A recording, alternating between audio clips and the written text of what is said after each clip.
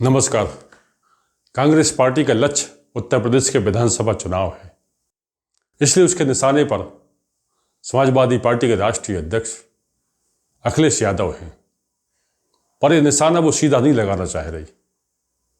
ये निशाना वो दिल्ली बिहार होते हुए उत्तर प्रदेश पर लगाना चाह रही है। इसलिए कांग्रेस पार्टी ने गुजरात में जो अधिवेशन किया, तो कायदे से चुनाव तो बिहार विधानसभा चुनाव होने हैं, तो ऐसे में अधिवेशन गुजरात में, हालांकि गुजरात के कांग्रेसी ये कहते हुए दिखाई दिए कि गुजरात में इसलिए क्योंकि संसद में राहुल गांधी ने मोदी को खुला चैलेंज दिया था कि वो लिख कर ले लें, गुजरात में इस बार कांग्रेस पार्टी जीतेगी। बहरहाल लोकसभा चुनाव के नतीजों के बाद इंडिया गठबंधन के साथी दलों ने जिस तरीके से कांग्रेस पार्टी की हालत खराब की थी, उसको लेकर जो बयानबाजियां की थी, उससे कांग्रेस पार्टी काफ़ी आहत हुई थी। और ये हमला एक तरीके से जितना भारतीय जनता पार्टी ने नहीं किया, उससे ज़्यादा हमला तो कांग्रेस के ही सहयोगी दलों ने किया। और फिर उसके बाद आई राज्यों के विधानसभा चुनाव की बारी।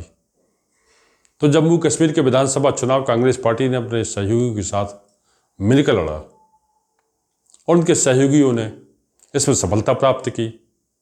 कांग्रेस गठबंधन की जम्मू कश्मीर में सरकार बन गई। पर हरियाणा में तमाम कोशिशों के बावजूद, तमाम अटकलों के बावजूद कांग्रेस पार्टी का किसी से गठबंधन नहीं हो पाया, खासतौर से आम आदमी पार्टी से। और फिर कांग्रेस हरियाणा में जीतते जीतते रह गई। इसके बाद महाराष्ट्र और झारखंड के विधानसभा चुनाव की बात करें तो झारखंड में जहां कांग्रेस अपने गठबंधन के बूते सत्ता में फिर से पहुंच गई, पर महाराष्ट्र में भारतीय जनता पार्टी का गठबंधन चुनाव जीत गया।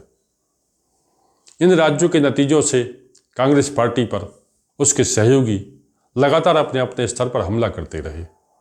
और फिर आई दिल्ली चुनाव की बारी।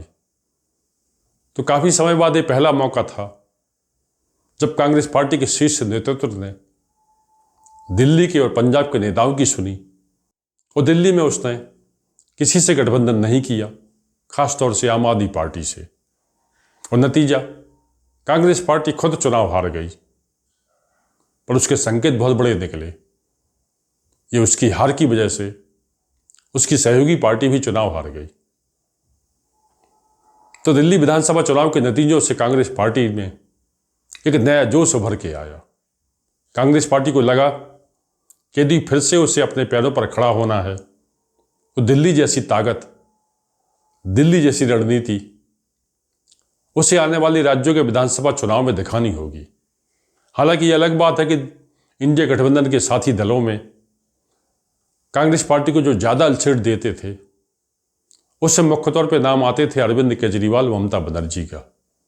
तो अरविंद केजरीवाल तो दिल्ली विधानसभा के चुनाव में खुद अपनी विधानसभा की सीट नहीं बचा पाए, उनकी पार्टी सत्ता तक नहीं पहुंच पाई।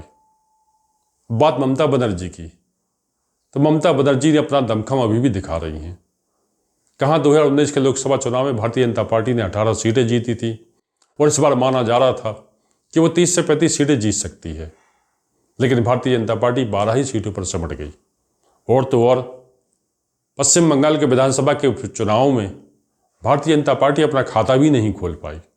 सभी सीटें ममता बनर्जी ने जीत ली। ये संकेत काफ़ी हैं, खासतौर से तब जब ममता बनर्जी की पार्टी ने अपने किसी सहयोगी पार्टी से कोई गठबंधन नहीं किया।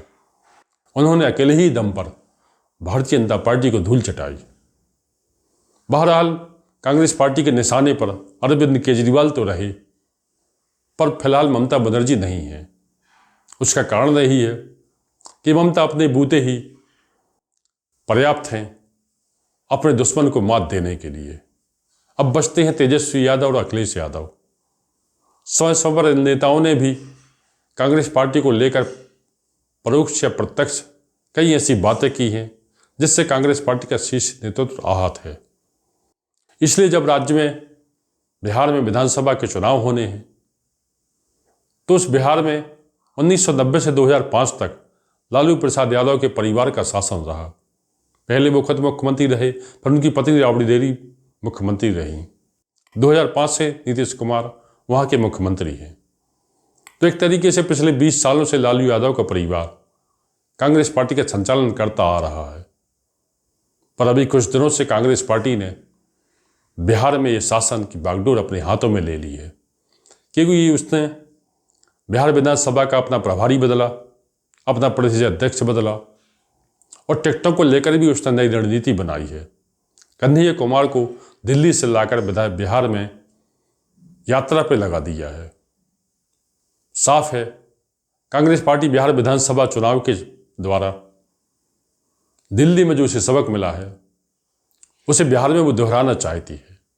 वो चाहते हैं कि उसकी सहयोगी पार्टियां कांग्रेस पार्टी को बराबर का दर्जा दें, बराबर की पार्टी माने, खासकर तब जब कांग्रेस पार्टी एक राष्ट्रीय पार्टी है।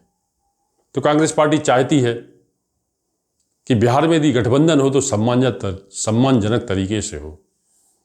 सीटें उसे वो दी जाएं जहां कांग्रेस पार्टी का प्रभाव है, ना कि वो जहां किसी सहयोगी का प्रभाव नहीं होता। कांग्रेस का तो होता ही नहीं है। वो सीटें कांग्रेस के गले मर दी जाती हैं। कांग्रेस इससे इस बार बचना चाह रही है।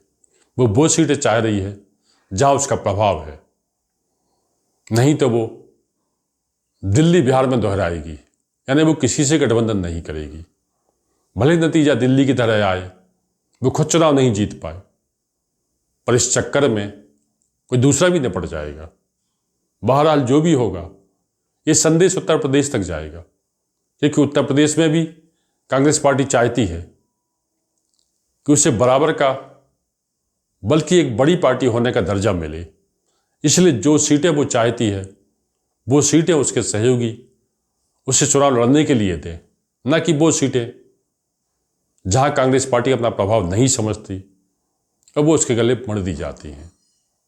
जैसे उत्तर प्रदेश बिहार विधानसभा के जैसे उत्तर प्रदेश के विधानसभा के उपचुनाव में जो 10 सीटों पर उपचुनाव हुए, कांग्रेस पार्टी जिन सीटों की मांग कर रही थी, समाजवादी पार्टी ने वो सीटें न देकर अपनी ओर से प्रस्तावित सीटें देने की पेशकश कर दी। इसलिए कांग्रेस पार्टी ने अपना कोई प्रत्याशी खड़ा नहीं किया, बल्कि अपना समर्थन समाजवादी पार्टी को ही दे दिया। और फिर नतीजा आया तो 10 में से 8 सीटें समाजवादी पार्टी हार गई। इसके बाद बिहार विधानसभा चुनाव के नतीजों से कांग्रेस पार्टी बिहार में ही उत्तर प्रदेश में संदेश देना चाहेगी कि यदि गठबंधन के तहत उसे सम्मानजनक सीटें मिलती हैं, तब वो सहयोगियों के साथ चुनाव लड़ने के लिए तैयार है, नहीं तो वो दिल्ली दोहराएगी। क्योंकि कांग्रेस पार्टी के नेताओं ने अब ये मान लिया है कि यदि उसे अपने पैरों पर खड़ा होना है, यदि उसे फिर से राष्ट्रीय पार्टी का अपना औसत सम्मान बरकरार रखना है, तो उसे रिस्क लेने ही पड़ेगी। खासतौर से तब जब उसके सामने देश का बड़ा चुनाव आएगा, वो लोकसभा का चुनाव। तब तक कांग्रेस पार्टी ये प्रयोग तो कर ही सकती है, भले वो अभी हारती हुई दिखाई दे, पर भविष्य में वो मुख्य मुकाबले में आ सकती है। कांग्रेस के रणनीतिकार आजकल इसी रणनीति पर काम कर रहे हैं। इसलिए जहां इस साल बिहार विधानसभा में चुनाव होने हैं, उसका अधिवेशन वो गुजरात में कराने गई। उसके संकेत साफ हैं, वो दिल्ली बिहार के रास्ते उत्तर प्रदेश जाना चाह रही है। उत्तर प्रदेश के अपने सहयोगियों को संदेश देना चाह रही है, और उसके संदेश साफ हैं, या तो उससे बराबर का सम्मान दिया जाए, बल्कि बड़ा होने का सम्मान दिया जाए, उसे भी बराबर की पार्टी माना जाए, नहीं तो कांग्रेस पार्टी दिल्ली दोहराती रहेगी। तो आज रुकते हैं यहीं, मिलते हैं अगली बार किसी नए विषय के साथ। तब तक के लिए नमस्कार।